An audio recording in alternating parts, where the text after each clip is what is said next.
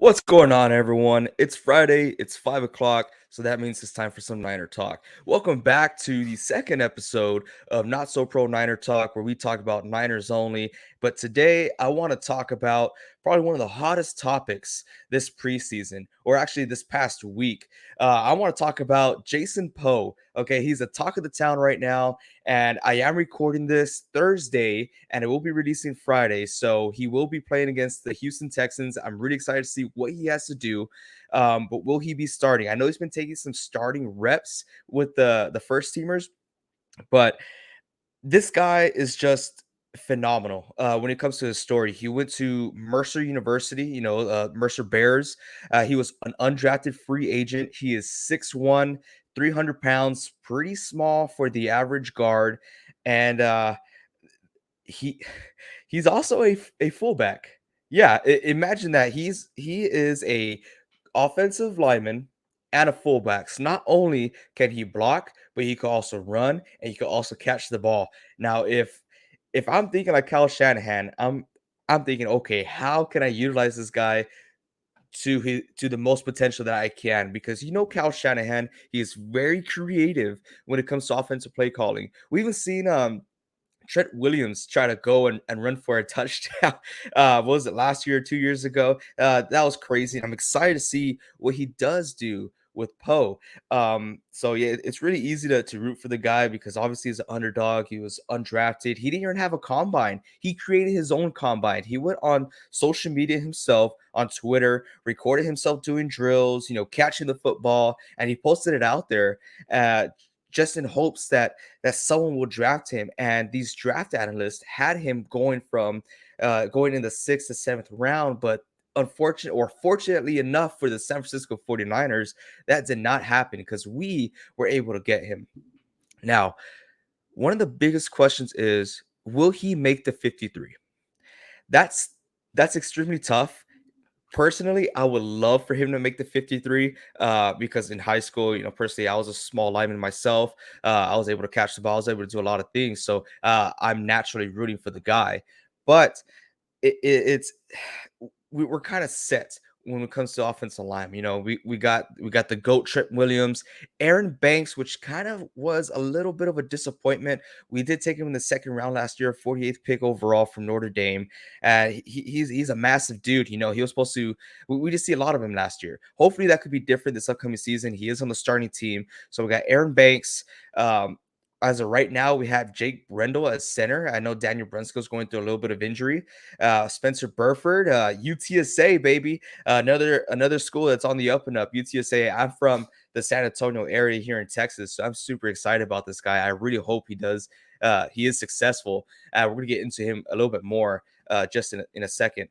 And then we also have Mike McGlinchey, the first rounder, which honestly I haven't been too impressed.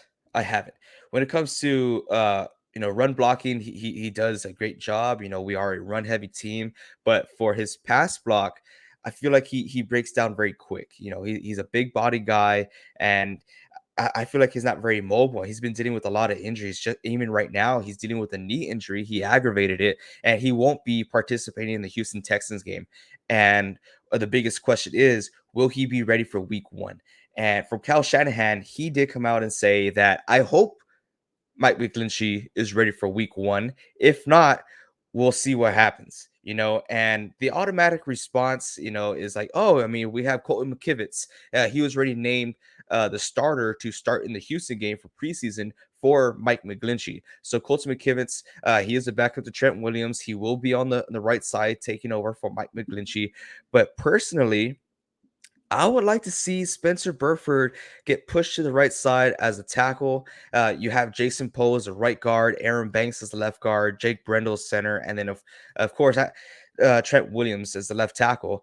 But I don't know how much they're going to play him this Houston Texans game. I don't think they should play him as much because he is a huge key factor, probably one of the most important players of the team as a whole. That you don't want to risk that injury, but like I said, making the 53-man roster, that's going to be tough for Jason Poole. I think he will make the 53-man roster just to be on the safe side. Like if you're the Niners, you want to play it safe, right? And Mike McGlinchey, he's dealt with injuries before. Trent Williams, he's had injuries. Brunskill, he's going through an injury right now. Would he be ready by week one? And then so we're kind of like one serious injury away from panic. I don't want to say panic, but deep down inside, I was panicking whenever I heard that Alex Mack was announcing retirement. I was, super excited whenever he decided to come to the Niners organization. Kyle Shanahan's system. He played with him before, but good for him. Good for him. He wants to retire. Go out there, enjoy your life. Thank you for everything that you've done with the Niners. But he is gone. So we went from having one of the best centers in the league to, a guy that usually, is more comfortable with the guard position. I'm talking about Brunskill here. So just to be on the safe side, I would love for Jason Poe, and I think he will make that 53-man roster, just cutting it and talk about having an underdog story. It is amazing coming from a little college, Mercer University, like I said before. And just to give you guys an idea, there's zero players besides Jason Poole in the NFL from Mercer University. Zero players. That's pretty incredible what he's doing. He's a do-it-all guy. Like I said, he's 6'1", 300 pounds, able to run, catch the ball. His title is fullback guard. That's insane. You don't see that anymore. And I love to see what Cal Shanahan will be able to do with him. And one of the main reasons why Jason Poe is out there right now is not only because he was taking first team reps, it's because of Trent Williams. Trent Williams came out in a press conference and was just raving about the guy. He says, yeah, he might be a smaller guard in the league, but you know what? He uses that to his advantage. The lowest man wins. If you're a lineman, defense, offense, you're always told the lowest man wins, and this guy gets low. Unfortunately, he likes to move a lot with his hips instead of sitting down. You got to sit on a bucket to get that block in there, but he uses his hips a lot. But he's built so low to the ground that he kind of utilizes that as his advantage. So how big can that be when he's going like in practice when he's going up against Kinlaw? That guy's a beast. Have you guys seen him? I mean, I'm super psyched on my mind. I think he's gonna have a phenomenal year. But he's been going against Kinlaw in practice.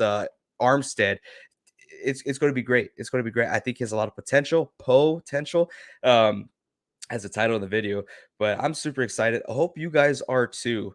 Trent Williams, he also took the time this offseason to work with two linemen. And yes, one of them was Jason Poe, and the other one was the UTSA guy, Jake Brendel. And they're both doing phenomenal. Obviously, it has worked in their advantage. Trent Williams, he is the GOAT, best left tackle in the league. I don't care what Reed has to say from Not So Pro Football Talk. It is not Bakhtiari. It is Trent Williams. That is the dude.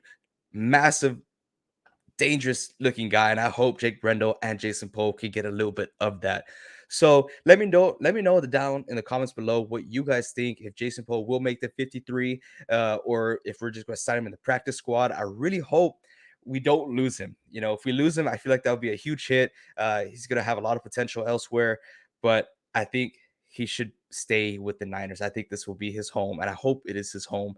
I'm rooting for the guy. Let's see what he does in Houston. Like I said, I'm recording this Thursday before the game, so I have not seen him participate yet, and I'm like I said, I'm really excited. I don't know how much I could say I'm excited, but I just am. So let's go, faithful. Let's get ready. The season's almost here. Let's get ready. Let's go to Chicago. Let's march down. Let's show up. Let's show the Bears who we are as faithful, and let's kick some butt, man. Let's kick some butt all the way.